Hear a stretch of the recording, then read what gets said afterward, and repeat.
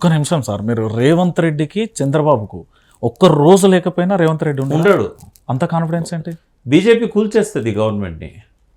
ఎట్లా possible sir? ఎట్లా possible అవుతుంది? గవర్నమెంట్స్ అని ఎట్లా కూల్చింది నీ తెలియదు రంజిత్? అవి అంటే తెలంగాణలో పాసిబుల్ అవుతుందా? ఎందుకు కాదు? ఆల్రెడీ పక్కన బలమైన పార్టీ బీఆర్ఎస్ గా ఉంది. ఇప్పుడు 3-4 నెలలు అయింది కదా పొంగులేటి ఇంటి మీద దాడి జరిగి. అవును, ఏమైనా బయటపడ్డదా? అసలు ఈడీ ప్రెస్ మీట్ ఎట్లా చరిత్ర మరి ఎప్పుడు అవసరమైనప్పుడు చేస్తారు వాళ్ళు. ఓకే, పొంగులేటి 15 మందిని తీసుకొని బీజేపీలోకి వచ్చిండు అనుకో, రేవంత్ రెడ్డిని దించడానికి కేసీఆర్ సహకరిస్తాడు కదా, ఇంకెట్లుంటుంది గవర్నమెంట్? ఓకే, అంటే రేవంత్ రెడ్డిని దించడం వల్ల కేసీఆర్కి లాభం ఏంది?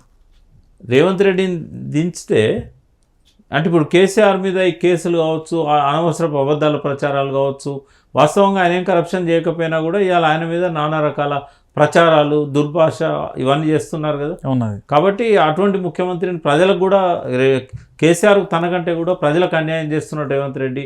ఇచ్చిన మాట నిలబెట్టట్లేదు, ఈయనకేం తెలియదు, ఇష్టం వచ్చినట్టు బూతులు తిట్టడం తప్పితే ఈయనకు పరిపాలన చేత కాదు అంటే ఎవ్వరికి ఏం లాభం ఉన్నా లేకపోయినా నష్టపోతున్నది ప్రజలు. కేసీఆర్కు వ్యక్తిగతంగా ఏం నష్టం లేదు.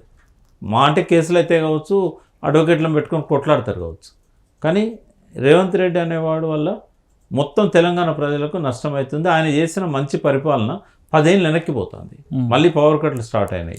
పవర్ కట్ల వల్ల పాము గుట్టి కరెంట్ షాక్తోని రైతులు చచ్చిపోతున్నారు. దాంతోపాటుగా పంటలు ఎండిపోతూ ఉన్నాయి. ఇక్కడ పరిశ్రమలకు ఇబ్బంది అవుతున్నది, ఇళ్ళల్లో ఉన్న వాళ్ళకి ఇబ్బంది అవుతుంది. మీలాంటి స్టూడియోలు నడుపుకునే వాళ్ళు జనరేటర్లు కొనలేరు, బ్యాకప్ జనరేటర్స్. ఇవన్నీ ఒక నష్టం అయితే పొలాలకు నీళ్ళు రాని పరిస్థితి ఉన్నది.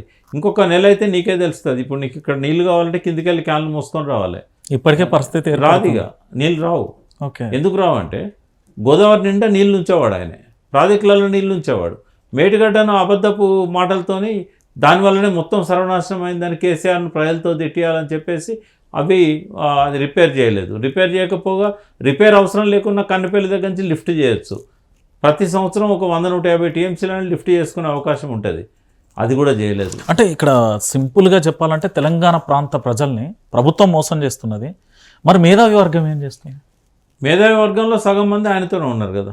ఎవరైతే తెలంగాణ ఉద్యమంలో చురుకైన పాత్ర పోషించిందో కేసీఆర్ మీద కోపంతో చాలామంది అటే ఉన్నారు. ఇప్పుడు